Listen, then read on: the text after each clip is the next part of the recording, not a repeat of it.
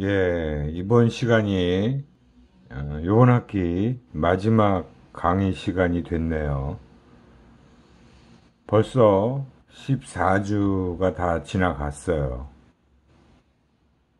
이번 학기는 코로나19 바이러스로 인해서 대면 수업을 못하고 이렇게 인터넷 강의를 할 수밖에 없는 상황인 관계로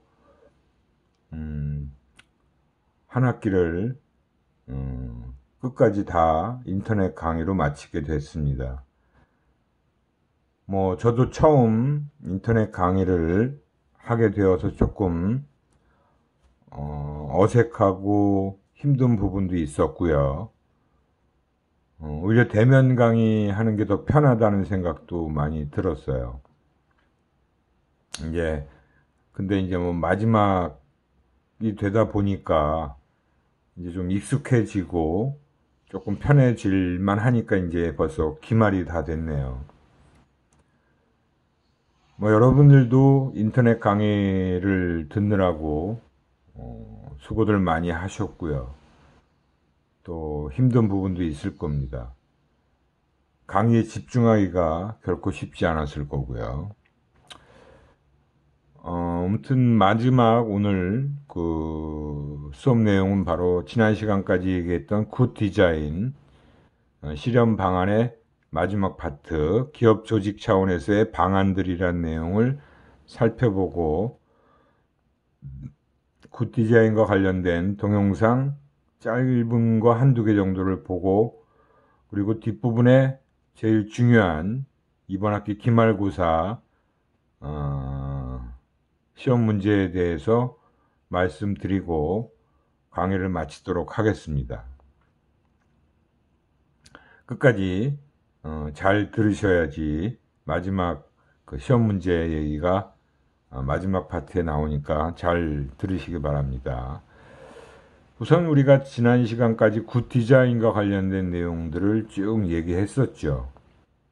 특히 경험이라는 것이 매우 중요하다. 경험 디자인 얘기를 많이 했었을 겁니다.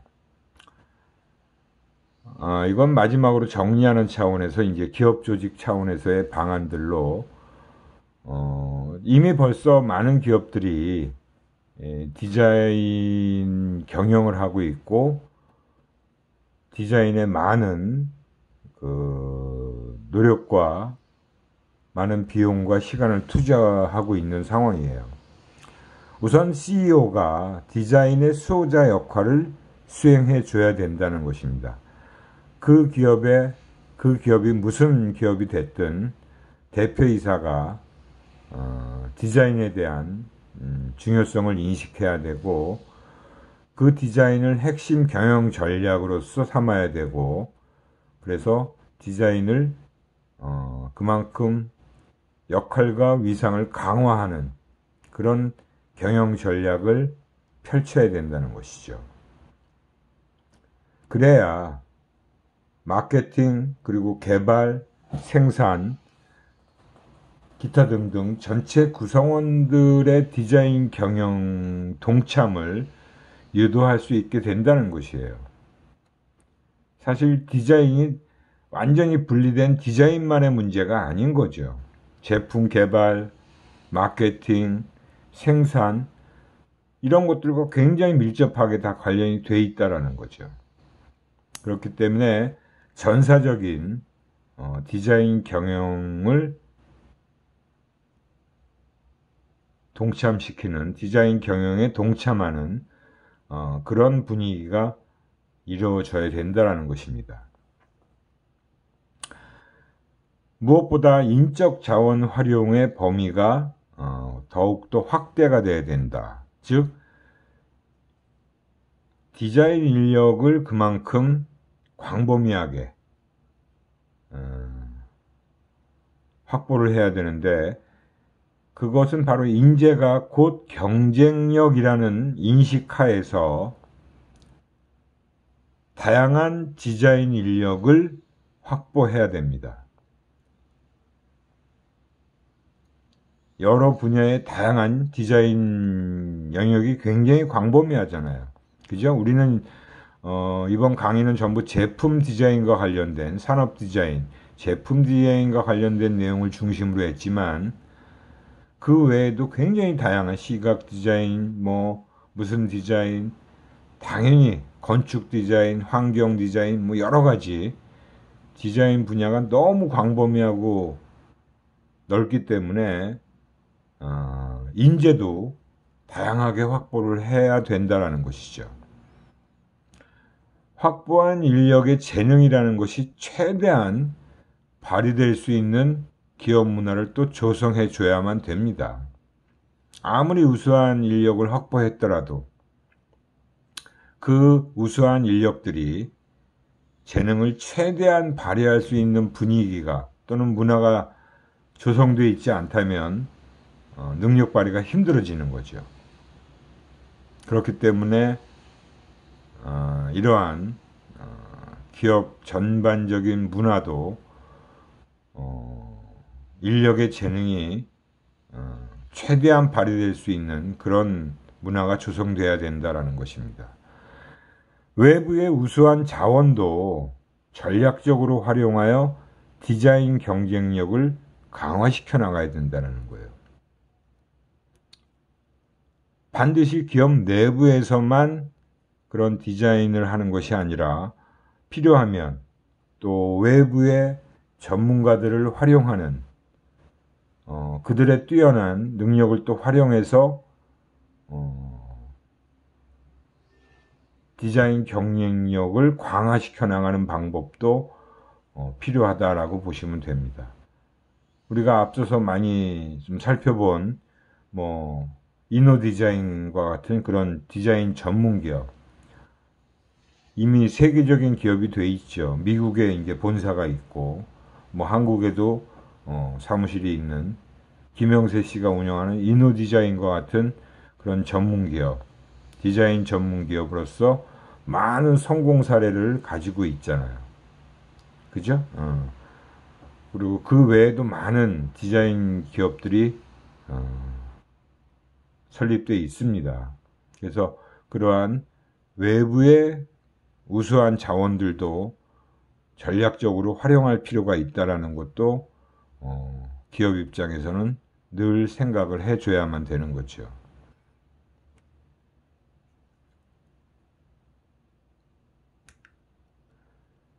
고유의 디자인 정체성 구축을 위해서 노력을 해야 된다라는 것입니다. 고유의 디자인 정체성 구축. 기업마다 또 더 큰 차원에선 국가마다 사실은 이런 디자인 정체성 구축을 위한 노력들은 다 하고 있어요.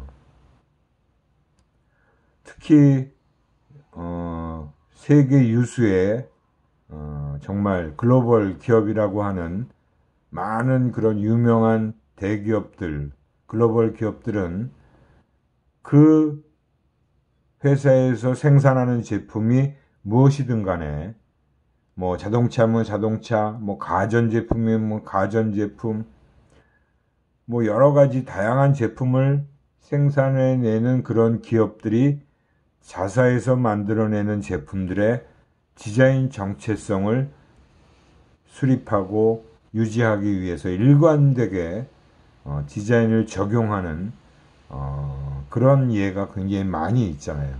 그죠? 우리나라 기업뿐만이 아니라 우리가 앞서서도 그런 사례를 몇 개 살펴봤죠.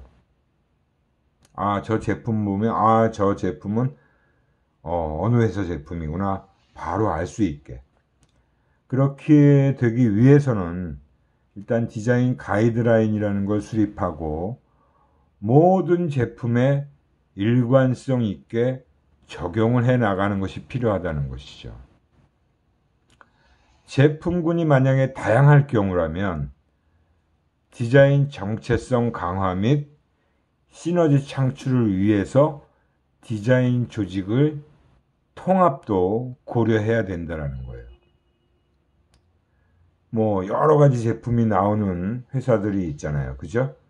그 여러 가지 제품들, 그런 제품들을 디자인하는 조직도 다양하게 나눠져 있을 텐데 그런 디자인 조직을 통합해서 운영하는 것도 필요한 일이다라고 생각할 수 있는 거죠.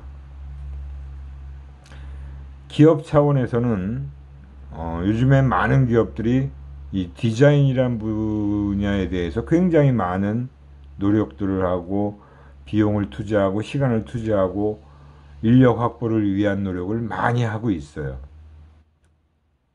그만큼 디자인이 중요해진 시대라고 볼 수 있습니다. 물론 디자인이 중요하다는 얘기는 디자인만의 문제가 아니기 때문에, 그죠? 제품 개발, 생산, 마케팅과 다 연관되어 있기 때문에 그만큼 중요하게 다뤄지고 있는 겁니다. 이러한 기업들의 노력뿐만이 아니라 사실은 국가 차원의 디자인 인프라 개선 노력도 필요하다. 우리나라에서도 국내에서도 다양한 디자인 진흥원이라는 기관도 있고요. 뭐 하여튼 디자인 관련된 뭐 공모전도 국가에서 많이 벌이고 있고, 디자인 인프라를 개선시키기 위한 노력도 사실은 국가 차원에서 많이 이루어지고 있다라고 볼 수 있어요. 일단 우수한 디자이너의 양성을 위한 교육 과정에 충실화도 필요하다. 뭐 여러 대학에 디자인 관련 학과가 있는데 사실 어떻게 보면 디자인 전문 학교는 그렇게 우리나라에는 유명한 또는 교육기관으로서의 디자인 분야에 대한 부분은 조금 약하다라고 볼 수 있죠. 그래서 이제 삼성 같은 기업에서는 삼성그룹 같은 경우는 차체 디자이너 양성을 위한 교육과정을 운영하고 있어요. 아예 교육기관처럼 디자인 사관학교다라고 하는 2년제인가 아마 그렇게 운영을 하고 있는 기업도 있습니다. 그리고 관련 학원들도 있고요. 디자인 스쿨이라는 것도 몇 개 있겠죠. 근데 이제 뭐 미국이나 유럽, 프랑스, 이태리 뭐 이런 나라, 영국 같은데 이제 디자인 전문 학교가 대학에도 대학 규모 자체에 설립되어 있는 그런 케이스들이 많이 있잖아요. 그죠? 뉴욕에 가도 여러 가지 분야의 디자인 스쿨들이 있고요. 또 디자인 전문 회사의 경쟁력을 강화해야 된다. 그러니까 이노디자인과 같은 회사가 더 많아져야 된다는 얘기겠죠. 디자인 전문 회사. 그죠? 물론 이노디자인 말고도 디자인 전문 회사가 꽤 있는데 그렇게 이제 규모가 그렇게 크지 않고 조금 작은 규모의 디자인 전문 회사들이 있는 걸로 알고 있습니다. 사실은 이러한 디자인 전문 회사가 많아지면 많아질수록 훨씬 더 경쟁력을 키울 수가 있을 텐데 그런 부분이 오히려 조금 아쉬운 부분도 있어요. 뿐만이 아니라 이제 국민 모두가 자연스럽게 디자인에 대한 안목을 높일 수 있도록 환경을 정비해야 되는 일도 국가 차원에서 해야 될 일이라고 봅니다.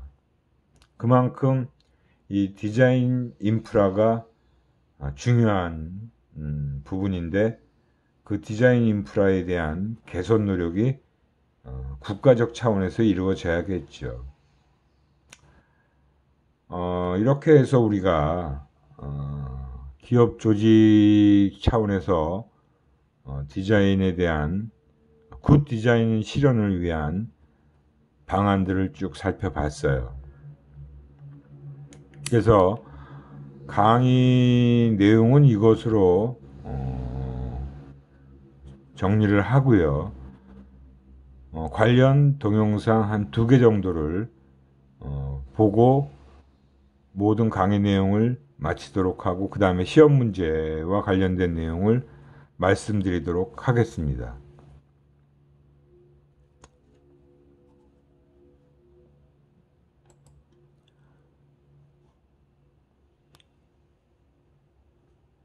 이거는 이제 좋은 디자인이다라는 이란이라는 것으로 이제 그 어떤 강의 내용이라고도 볼 수 있는데 잘 정리가 돼 있어서 한번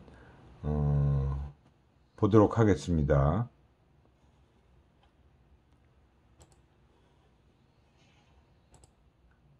심미성과 실용성을 모두 갖춰서 선생님은 그 필립스탁 디자인의 그 값을 지불하고 사는 게 별로 아깝지는 않더라고요. 이쯤 되면 디자인 중에서도 좋은 디자인이란 과연 무엇일까? 이렇게 고민하게 됩니다. 좋다라는 단어의 범위가 각자의 기준에 따라서 이 정의가 매우 다르기 때문에 좋은 디자인이 무엇이냐는 질문에는 정답은 없어요. 하지만 어느 정도 조건은 있습니다. 좋은 디자인을 만들기 위해서는 여러 가지를 고려해야 합니다. 실용적이면서 경제적이어야 하고요. 사용하는 사람이 불편하다면 그 또한 좋은 디자인은 아니에요.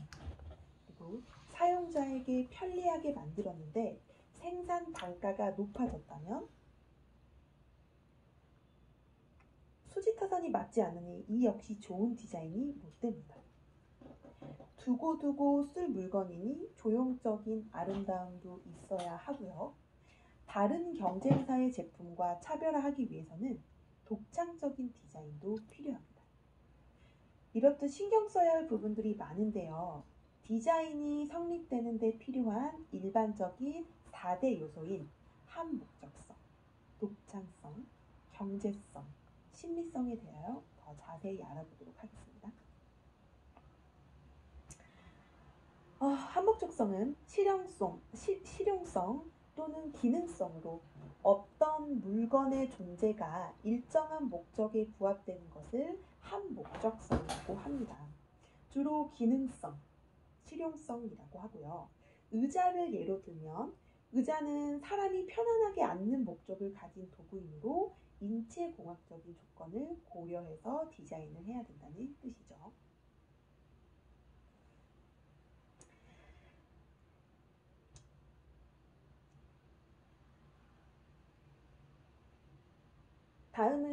두 번째는 독창성인데요.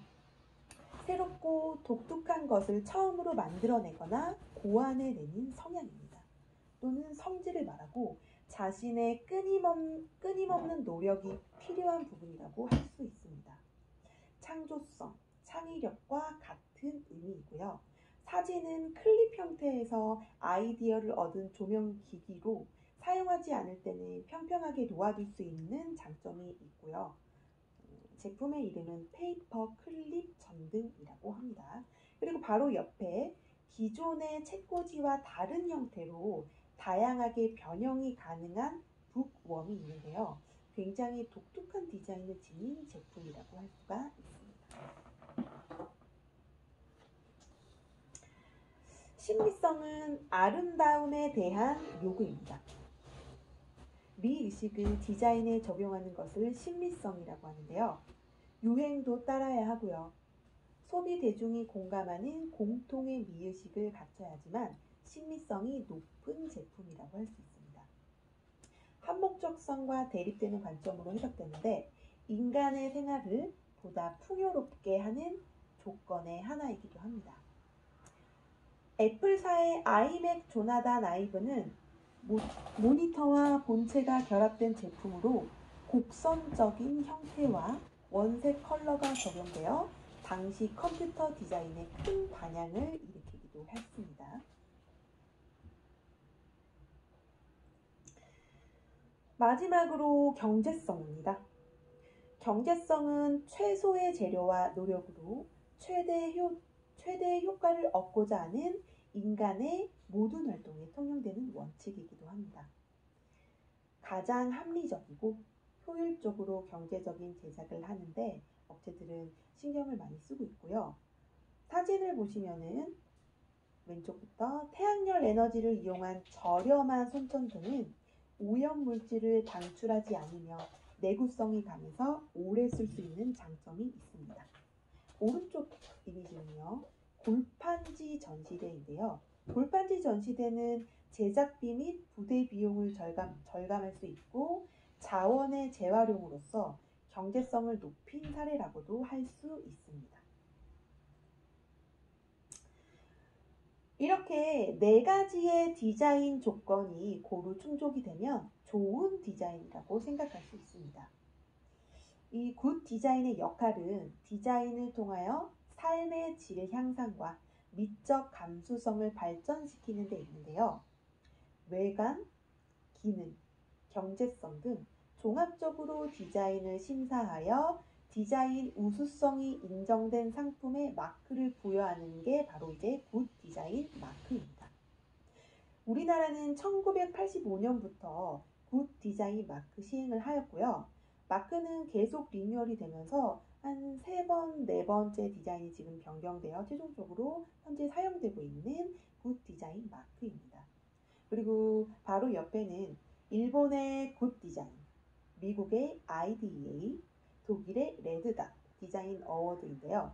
3대 디자인에 속하고요. 이게 바로 3대 디자인의 굿 디자인 마크입니다.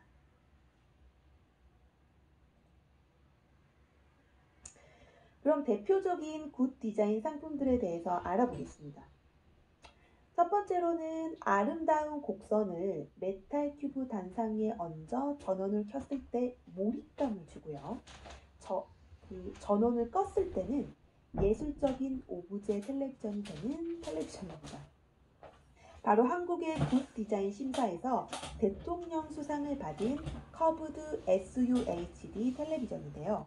명성대로 가격도 만만치 않은 제품이라 선생님도 사고 싶었던 제품이기도 했지만 커브 TV가 많이 대중화되면 가격이 착해지기 때문에 기다리고 있는 중이기도 합니다.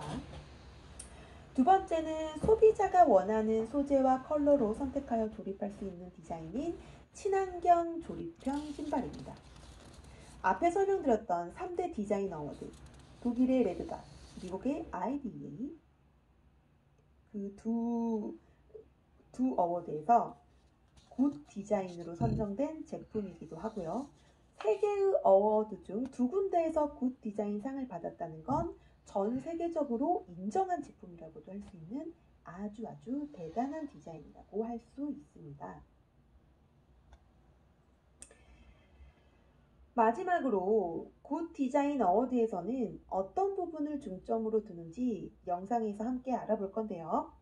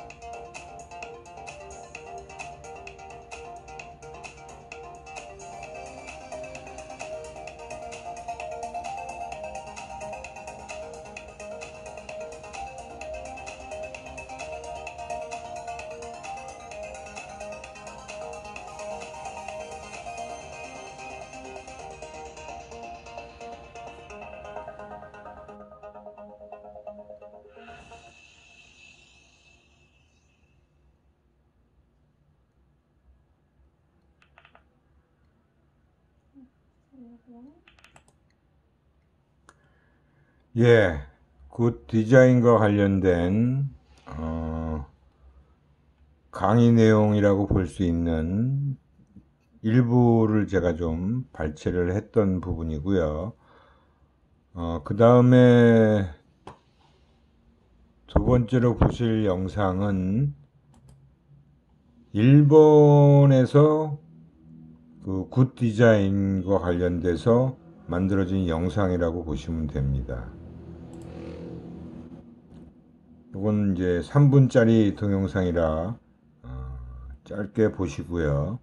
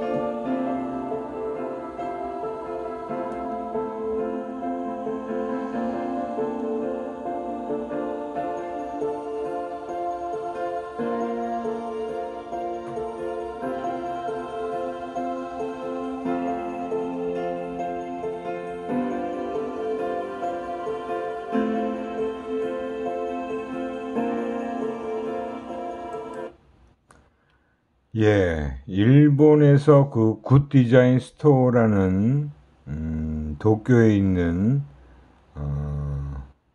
디자인 관련된 좋은 디자인, 굿 디자인이라고 하는 상품들을 진열하고 판매하는 곳을 살펴봤어요.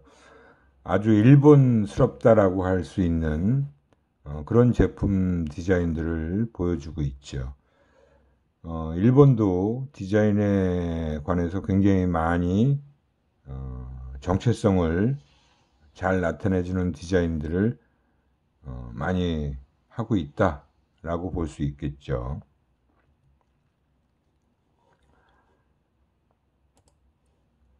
이렇게 해서 우리가 디자인과 관련된 내용들을 쭉 다 살펴봤어요. 우리가 오늘 마지막으로 이제 굿 디자인과 관련된 내용을 최종적으로 정리를 했고요. 강의 내용은 이것으로 마치도록 하고, 이번 학기는 이제 기말고사 한 번으로 시험을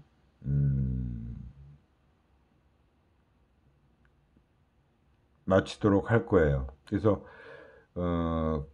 중간고사는 안 보고 과제로 대체를 했고요. 기말고사만 대면으로 25일 날 시험을 보도록 할 겁니다. 이미 시험 시간표는 다 공개가 됐으니까 아마 16일 날인가 16일 날 공개가 여러분들한테 이미 됐으니까 다 알고 계실 거예요. 분반 강의실에서 두 군데 강의실로 분반이 돼서 시험을 보실 텐데요.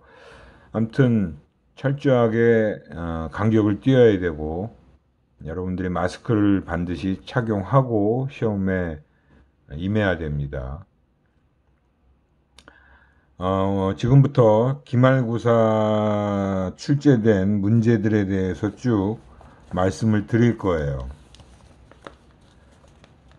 거의 문제를 정확하게 다 보여드릴 수는 없으니까 어떤 문제가 출제됐다는 것만 범위라 그럴까? 그런 내용들을 가지고 말씀을 드릴 테니까 잘 들으시고요. 강의 안에 있는 내용 그대로 출제를 한 것이기 때문에 정말 쉽다라고 보시면 돼요. 문제는 총 40문제가 출제되어 있고요. 문제 유형은 OX 10문제, 그 다음에 여러분들에게 익숙한 객관식, 사지선다형, 오지선다형 형태로 출제된 것이 10문제. 각각 0.5점씩 채점이 됩니다. 그리고 나머지 20문제가 단답형, 기술형 문제예요. 서술형 문제는 없습니다. 이렇게 세 가지 유형으로 출제를 했고요. 그리고 단답형 문제는 문제는 20개가 출제가 되어 있는데 한 문제에서 괄호가 2개인 경우는 2개를 다 채워야 되니까 그래서 총 아마 괄호가 한 30개 정도 됩니다. 30개. 그래서 1점씩 채점이 된다라고 보시고 총 40점 만점으로 채점이 될 겁니다. 지금부터 출제된 문제를 중심으로 해서 제가 말씀을 드리도록 할게요. 일단 OX 문제 10문제는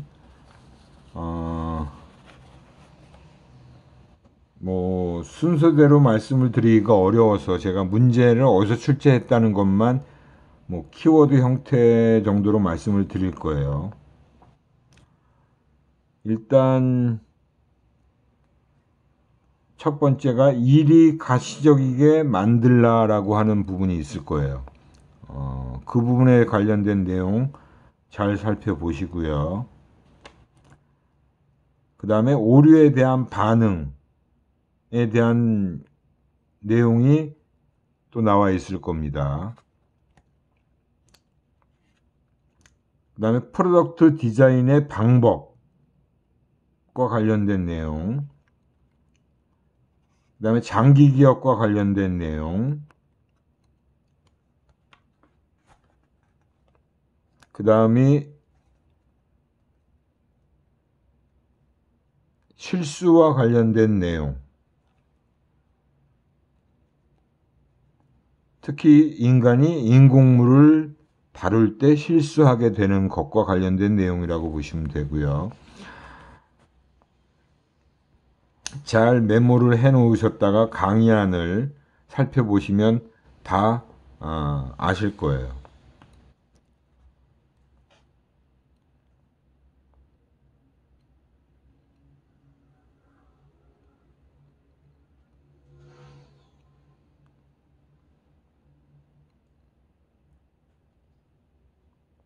그 다음에 사고의 폭을 넓히는 경향과 관련된 내용, 그리고 굿 디자인의 정의 부분을 좀 꼼꼼하게 잘 보시고요.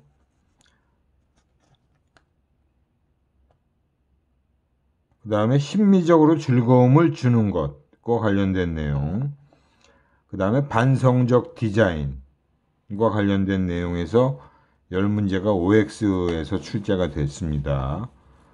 그 다음에 이제 객관식 문제는 과제의 구조를 단순화하는 기술상의 4가지 주된 방법과 관련된 내용. 요거 꼼꼼하게 잘 살펴보셔야 되고요. 그 다음에 디자인의 조건과 관련된 내용, 좋은 디자인의 원칙과 관련된 내용, 부정확한 지식에도 불구하고 정확한 행동이 가능한 이유와 관련된 내용, 실수의 유형은 아마 다 보셔야 될 것 같습니다. 실수의 유형 여러 가지가 있죠. 머릿속의 지식에 대한 특성과 관련된 내용, 그 다음에 어려운 과제를 쉽게 만드는 7가지 원칙과 관련된 내용이 있죠. 그 내용도 꼼꼼하게 살펴보셔야 되고요. 두뇌작용의 3가지 단계에 관련된 내용, 그 다음에 에이드마 법칙이라는 것도 제가 아마 광고 심리 얘기하면서 설명한 부분이 있을 거예요. 그 내용도 잘 보시고요. 매슬로우의 욕구 위계와 관련된 내용 해서 객관식 문제 10개가 출제가 되어 있고요. 그 다음에 이제 마지막 단답형 내용입니다. 단답형. 이건 정확하게 가로에 정확한 용어를 기술하셔야 돼요. 이렇게까지 문제를 다 찍어드리는 거기 때문에 비슷하게 쓰면 다 틀린 걸로 처리되기 때문에 확실하게 정확하게 용어를 쓰셔야 된다는 거 명심하시기 바랍니다. 첫 번째가 프로덕트 디자인에 대한 정의에서 인공물의 가치와 관련된 내용,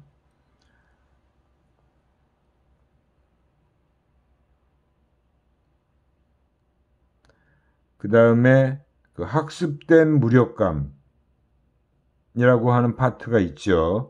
그 내용도 꼼꼼하게 잘 살펴보세요.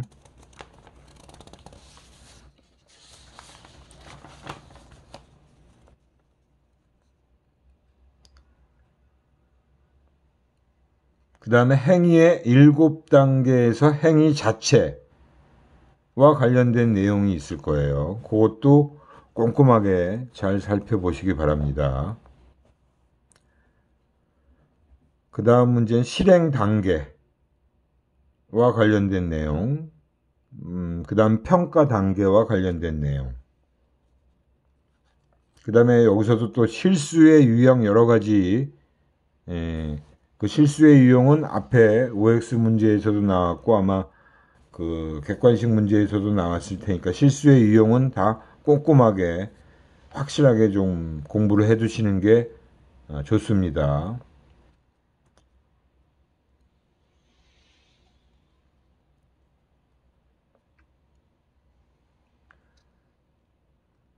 그 다음에 대응의 원칙과 관련된 내용도 꼼꼼하게 살펴보시기 바라요. 그 다음에 간격에 대한 내용을 설명을 했었죠. 제가 간격에 대한 그 실행 간격, 그 다음에 평가 간격이라고 하는 내용들 꼼꼼하게 잘 기억해 두시기 바라고요. 그 다음에 실수의 연구를 통해서 얻을 수 있는 디자인의 교훈, 그것도 아마 강의안을 유심히 잘 보시면 그 내용을 정확하게 잘 기억해 두시기 바라고요.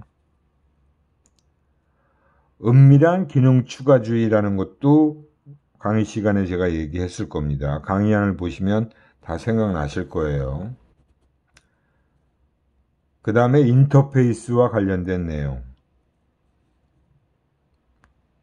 그 다음에 굿 디자인이라는 것이 이제 갖춰야 되는 요소들, 조건이라는 것도, 얘기했었죠. 강의 안에도 상세하게 내용이 정리가 되어 있습니다. 그 다음에 제품을 발전시키는 방법과 관련된 내용도 아마 강의 한 페이지 내용으로 정리가 되어 있을 거고요.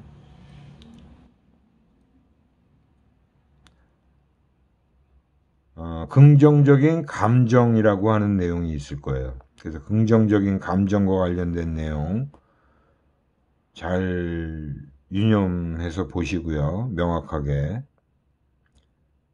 그 다음에 소비자의 욕구와 관련된 내용 정리된 부분이 있을 거예요. 거기도 꼼꼼하게 잘 체크해서 보시기 바랍니다. 그 다음에 효율적인 본능적 디자인과 관련된 내용도 잘 살펴보시고요. 그 다음에 세 개의 개념 모형이라고 하는 거 설명드린 적 있죠. 거기와 관련된 강의안 잘 살펴보세요. 세 개의 개념 모형.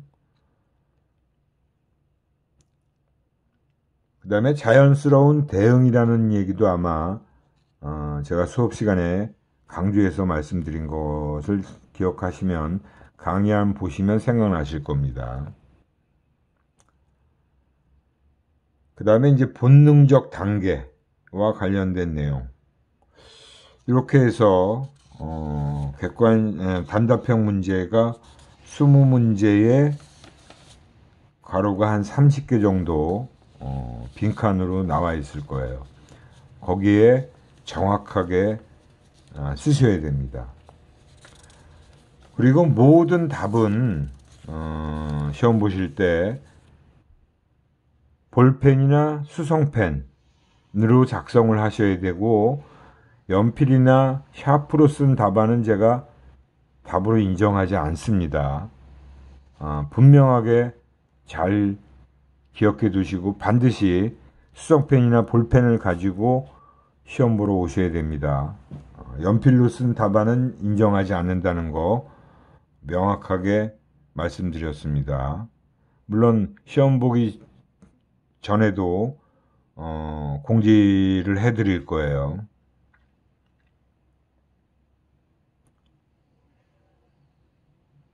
그래서 여러분들이 시험 볼 때 반드시 볼펜이나 수성펜을 가지고 오셔야 되고요. 물론 요번 같은 경우는 이제 분반을 해서 널찍한 간격을 유지해서 자석 배치를 할 테니까 아마 한 줄 한 줄씩 건너뛰어서 앉힐 거니까 뭐 컨닝을 할 수 있는 그런 환경은 아닐 거예요. 그러니까 그런 부분은 걱정 안 하셔도 되고요. 반드시 마스크를 착용하고 시험 강의실에 입실을 하셔야 됩니다. 그리고 저도 시험 감독을 할 테지만 아마 또 저 말고도 또 다른 시험 감독 교수님이나 아니면 뭐 대학원생 정도가 감독을 하게 될 텐데 반드시 지시에 따라 주셔야 됩니다.